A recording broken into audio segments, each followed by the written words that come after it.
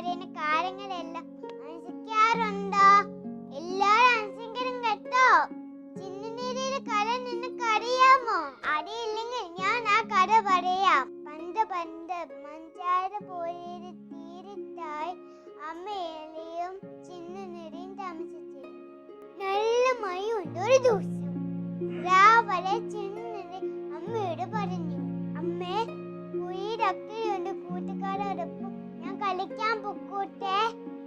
അമ്മ പറഞ്ഞു, വേണ്ട മോനെ, നല്ല മഴ പെയ്യുവാണ്, പുഴയിൽ വെള്ളം കൂടി വരുന്നു, ഇപ്പോഴക്കരക്ക് പോകുന്ന സുരക്ഷിതമല്ല. ഇത്രയും പറഞ്ഞ് അമ്മ ആകാരമനുസരിച്ച് പുറത്തു പോയി.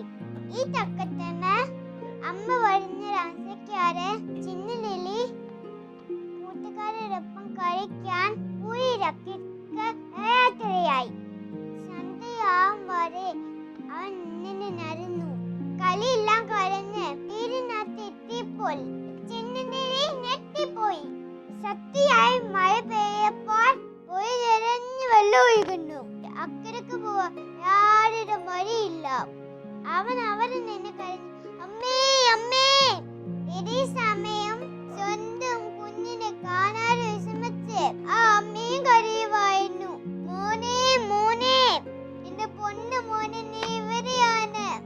അമ്മേ, ഞാനേ പോയത് ഇക്കരയുണ്ട്. ചിന്നരി വിളിച്ചു പറഞ്ഞു, എനിക്ക് അങ്ങോട്ട് വരാൻ പറ്റുന്നില്ല അമ്മേ.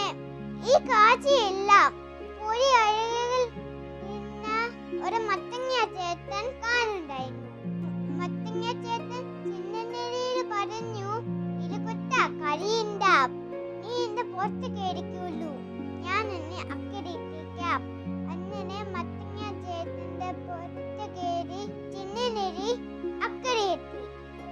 അമ്മ ഓടി വന്ന് കെട്ടിപ്പിടിച്ച് അവൻ ഉമ്മ കൊടുത്തു. മത്തങ്ങ ചേട്ടൻ എലിക്കുട്ടനോട് പറഞ്ഞു, അമ്മ എന്നോട് പറഞ്ഞതല്ലേ അക്കരക്ക് പോവല്ലെന്ന്. അമ്മയെ അനുസരിക്കാതെ കൊണ്ടല്ലേ എന്നൊക്കെ സംഭവിച്ചത്. ഇനി മുതൽ അമ്മ പറയുന്ന കാര്യങ്ങളെല്ലാം അനുസരിക്കണം കേട്ടോ. ചിന്നലിക്ക് തന്റെ തെറ്റ് ബോധ്യമായി. ഞാൻ ഒരിക്കലും അമ്മയെ വിശ്വസിക്കില്ല. അമ്മ പറയുന്ന എല്ലാ കാര്യങ്ങളും ഞാൻ അനുസരിച്ചോളാം. സോറി അമ്മേ, സോറി. ഇത് പറഞ്ഞ് അവൻ അമ്മയെ കെട്ടിപ്പിടിച്ചു കരഞ്ഞു. പോട്ടെ മോനെ, പോട്ടെ, അമ്മ സമാധാനിപ്പിച്ചു. ആപത്തിൽ നിന്ന് രക്ഷിച്ച മത്തങ്ങ ചേട്ടനോട് അമ്മേ ചിന്നലേരി നന്ദി പറഞ്ഞു. കൂട്ടുകാരെ, എന്നു മുതൽ